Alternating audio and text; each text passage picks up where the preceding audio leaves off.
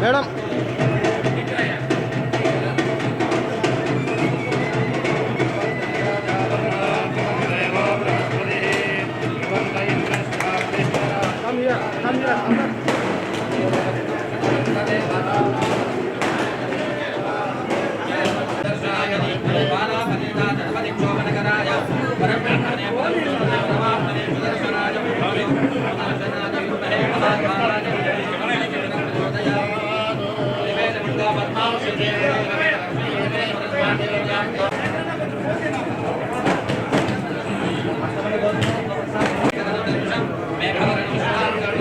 Camera मतलब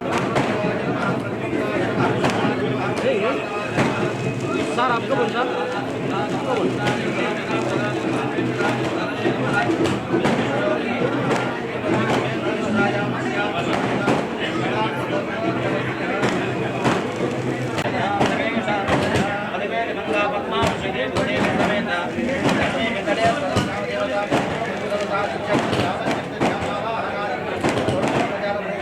ఈరోజు కడప పట్టణంలో జడ్పీ నిధులు సుమారు 4.5 కోట్ల రూపాయలతో 36 రూములతో జడ్పీ కాంప్లెక్స్ నిర్మించడం జరిగింది.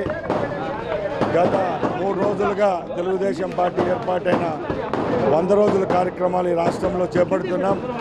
ముఖ్యంగా ఏవైతే హామీలు గత ప్రభుత్వంలో ఏర్పాటుకు ముందు చెప్పామో అవన్నీ తూచా తప్పకుండా చంద్రబాబు నాయుడు గారి నాయకత్వంలో ప్రవేశపెట్టడం జరిగింది.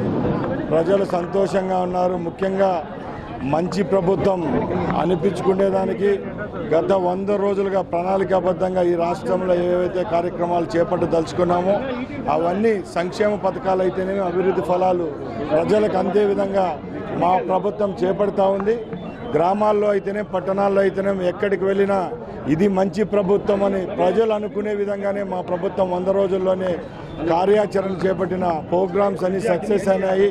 అలాగే రాబోయే కాలంలో ఏ విధమైన సంక్షేమ అభివృద్ధి ఫలాలు ప్రజలకు అందాలో అందించేదానికి రాష్ట్ర ప్రభుత్వం సిద్ధంగా ఉందని తెలియజేసుకుంటున్నా. జై హింద్. జిల్లాలో అన్ని బస్టాండ్లో చాలా అధ్వానంగా ఉన్నాయి. కొంచెం వర్షం పడినా కానీ ప్రతి బస్టాండ్లో ముఖ్యంగా గత 5 సంవత్సరాల్లో ఏపీఎస్ఆర్టీసీ పూర్తిగా నిర్వీర్యమైంది.